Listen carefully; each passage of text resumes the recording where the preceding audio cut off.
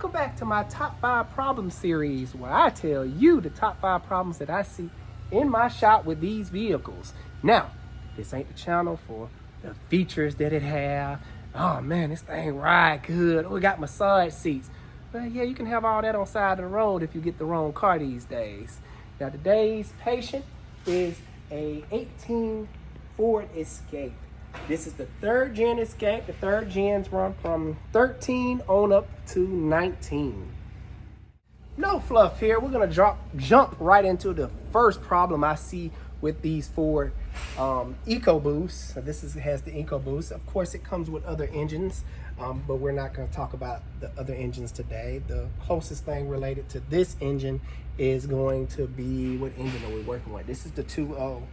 The close thing that's related to it is the 1.5. So yeah, they're kind of the same, the 1.5 and the 2.0.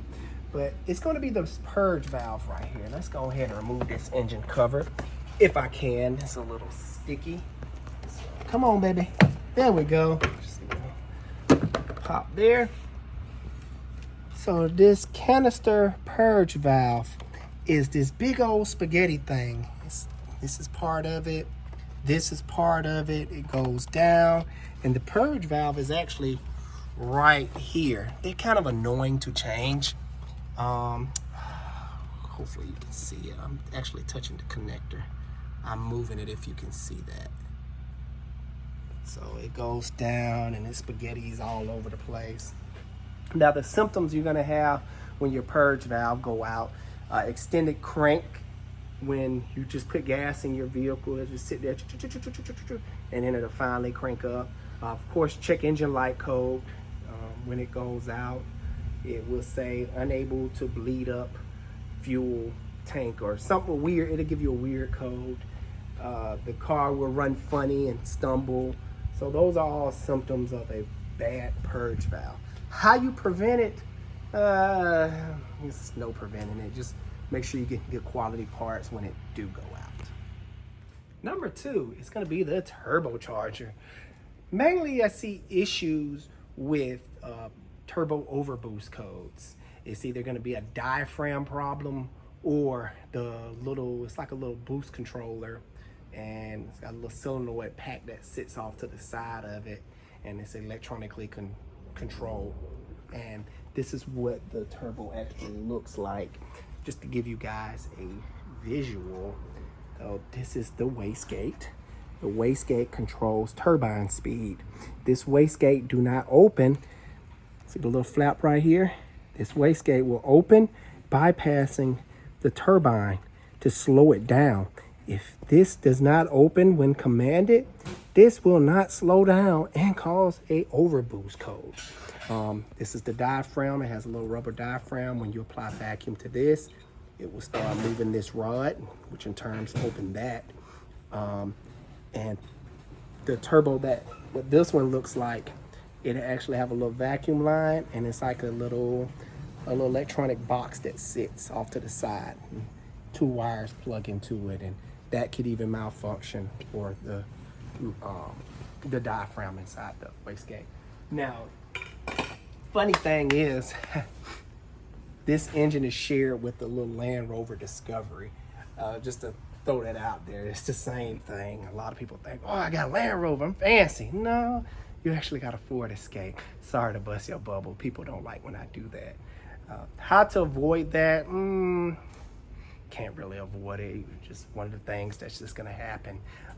If it ever throw a code and you don't want the check engine light to come on, well, don't get into the vehicle, meaning flooring it. As soon as you floor it, the boost will spike up out of control, throwing that code. But as long as you drive it around normal, it won't throw the code, or no issues will persist. Got it. Number 3 is going to be ignition coils.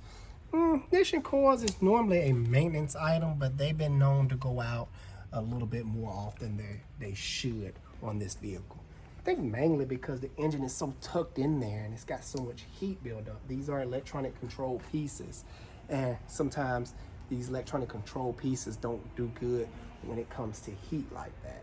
Now when they fail, you will experience the engine is shaking and The check engine light will start flashing and things like that. Now, it's a good idea when that starts happening to get it fixed right away. If you continue to drive around with a bad ignition coil, you will destroy your catalytic converter.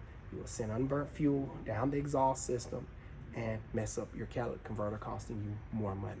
So this is with any vehicle. Do not drive your vehicle when it's skipping. You can just do a lot more damage than mess up your catalytic converter in most cases too.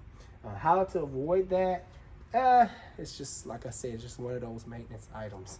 So you can kind of be, what's the word, proactive, and at a certain mileage, let's say 100,000 miles, just change out all 4 of them with great quality parts, either Motorcraft or maybe NGK makes an aftermarket for it. NGK makes everything good, in my opinion.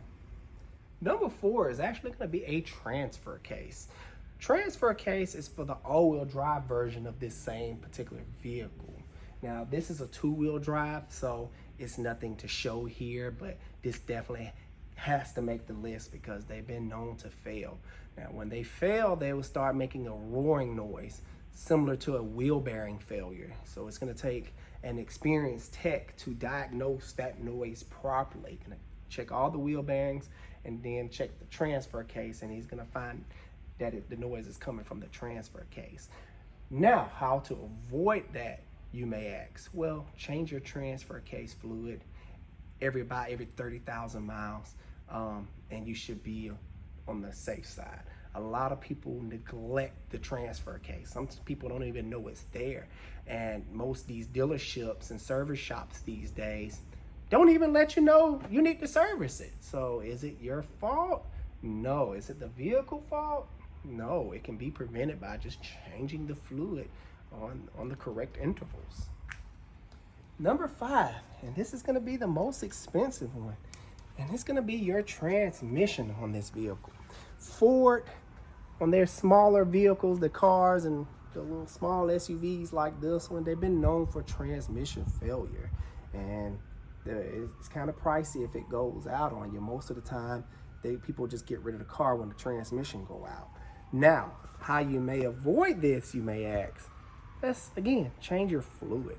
I can't tell you how many times I see the fluid being neglected, mainly because of the dealership and service centers. Again, they will tell you, oh, lifetime fluid, and you don't never have to touch it. No, do not go by that. That is total crap. Can't tell you how many times I hear that. Would y'all believe them if they told you your oil is lifetime? No, you will not. You will get your oil changed because you know what's going to happen. Your engine is going to go out. You're going to ruin it. So please don't listen to that.